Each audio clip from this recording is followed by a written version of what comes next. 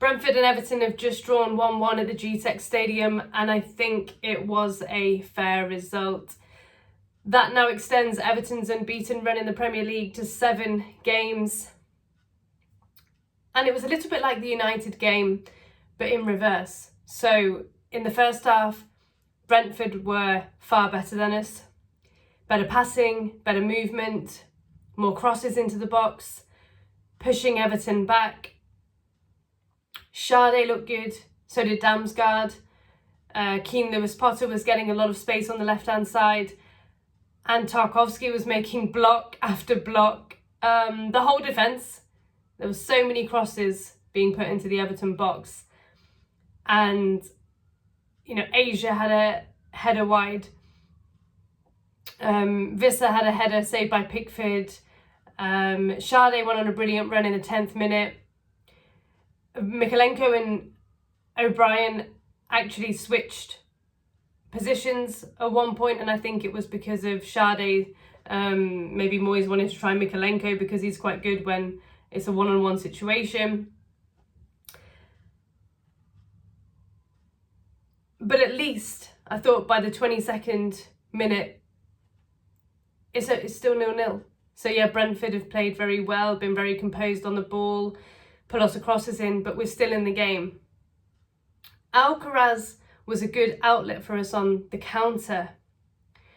O'Brien made a mistake in the 25th minute. Sade was nearly in. O'Brien then had an opportunity to shoot as well. Tried to do a cute little back heel. Didn't quite come off. And then in the 39th minute, Beto has an opportunity, his first of a few, through on goal. I don't know how he hasn't scored there. In fairness to Flecken, he does really well. For each Beto opportunity, actually, makes himself big, makes it difficult, but Beto can't convert. And then 2 minutes later, Beto again. This time I think it was Alcaraz who headed it through. Beto is through on goal. This time his shot is on target, but Flecken saves it, goes for a corner. And I'm thinking, just frustrated that he hasn't managed to put one of them away. But to look at that positively, we were getting in behind Brentford's high line really easily. But unfortunately, on the stroke of half time, Brentford do go in 1-0 up, and it's after a long throw. So Everton and the defenders in particular have been dealing with cross after cross and long throw after long throw, but this time we allow it to bounce. Mbeumo hits the bar, and then Visser is there to head in the rebound, and it was really poor defending. And we got punished for the one time we didn't clear it, and Brentford go in 1-0 up. Then in the second half, you're really hoping Everton come out and give a better account of ourselves, because we didn't in the first half. But Brentford then think they've made it 2-0. In the 69th minute, Visser, far too easy from an Everton point of view, for Brentford to get in behind the defence. And again, Visser is there, but luckily for us, the goal is ruled out for offside, and it's back to 1-0. Some great play from Damsgaard and Lewis-Potter, and that's just a fine margin in football. If Brentford go 2-0 up there, I think we're done. But something that David Moyes has instilled in this team and the fans, because I sat there at 1-0 and I thought, no, we're still in this game. One chance. Hopefully it doesn't come to Beto, but one chance and we can get back into this, we can equalise. And I think that is the biggest shift that we've seen at Everton, is even when we go 1-0 down, I don't think we're out of the game, regardless of who we're playing, frankly. Then David Moyes does make changes. In the 74th minute, he brings on Young and Iroegbunam for Lindstrom and Gana Gueye, and I thought that those were the right changes.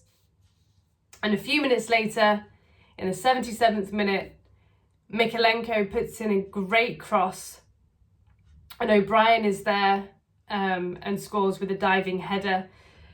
poor defending from a Brentford perspective this time. Magoma, who's just come on as a sub, O'Brien loses him. And you can see Magoma tracking and looking back, but then tries to play O'Brien, and O'Brien just nudges him out the way and then puts the header in. And it's a really good header. So it's 1-1. And from there, the momentum completely shifts. Then we are on the attack. Brentford are on the ropes. Alcaraz has a shot. Nothing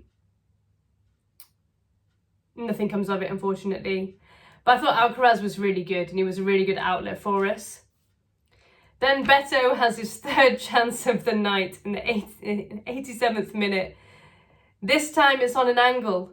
He's through again, and you're thinking, this time it's on an angle, just lift it over him. He does try to do that, but it's saved by Flecken again.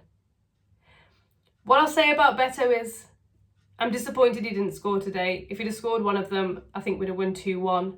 But he kept going. He didn't hide after missing those chances, and I praise him for that. Brentford's poor run at home continues because they've won now 1 in the last 6 at home. We're 7 games unbeaten, and my man of the match today is O'Brien. Yes, for the header, for the equaliser, but also because I think he's completely shown Sean Dyche up.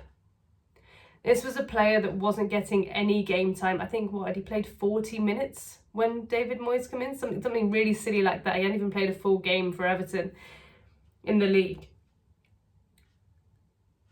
And he is just making that right back position his own. Wasn't easy today against Sade, a player that wants to drive at you and get past you. But he's making it very difficult for the likes of Patterson, who's sitting on the bench. I think he reads the game really well. His physicality is obvious to see, but he's also quick. And I'll shout out Alcaraz as well, because he is somebody that we've been crying out for. Wants to get on the ball, wants to shoot from outside the box, wants to play better win, and they are actually connecting really well, especially in Decore's absence and Calvert-Lewin's. Okay, those are my thoughts on the game. Leave yours below. Bye.